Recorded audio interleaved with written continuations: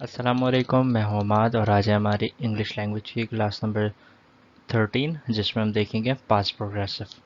तो चलिए शुरू करते हैं। सबसे पहले तो जिस तरह हमने देखा था प्रेजेंट प्रोग्रेसिव में तीन डेफिनेशंस, आप पास्ट प्रोग्रेसिव में भी वही तीन डेफिनेशंस को मिलाकर काम कर सकते हैं।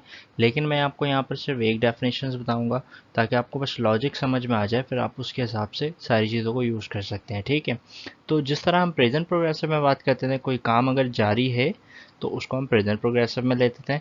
इसी तरह अगर कोई काम जारी था इन पास्ट, यानी काम तो कंटिन्यू था लेकिन वो पास्ट में था यानी माजी में था।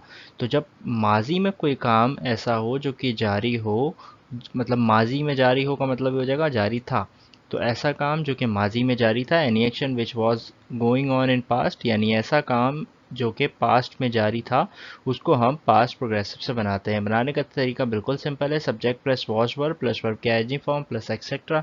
उसके बाद आप लोगों को सारी चीज़ें पता है, वॉज कहाँ लगता है, वर्ब कहाँ लगता है। अगर नहीं पता, आप पिछली क्लास देखें, इससे पहली क्लास वाली देखें, सारी क्लासेस देखेंगे तो मज़ीद आगे चीज़ें समझ में आएंगी। डायरेक्ट बीच से कोई चीज़ समझ में नहीं आएगी।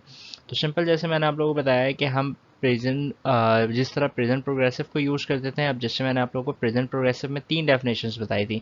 एक बताया था any action which is going on, यानी anything which is in the middle of any action. दूसरा डेफिनेशन मैंने ये बताया था कि any changing and developing situation के लिए भी यूज़ करते हैं और किसी ऐसे काम के लिए भी यूज़ करते हैं जो कि टेम्पररी हो रहा हो।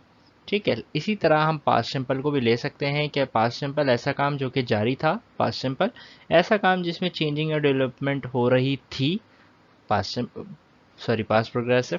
और ऐसा काम जो कि थोड़े वक्त अरसे के लिए जारी था, वो भी पास्ट प्रोग्रेसिव। यानी काम को बस कंटिन्यू होना है और पास्ट में इसका मतलब ये हो जाएगा पास्ट प्रोग्रेसिव है। जैसे कि मैं कहता हूँ वो किताब पढ़ रही थी, अगर मैं कहता हूँ किताब पढ़ रही है तो मैं प्रेजेंट में काम के जारी होने की बात कर रहा हूँ, तो शी इज रीडिंग बुक हो जाएगा। लेकिन अगर वो इन द पास्ट यानी पास्ट में काम जारी था तो वो पास्ट प्रोग्रेसिव हो जाएगा, शी वॉज रीडिंग बुक। इसी तरह she was not reading book और was she reading book, simple.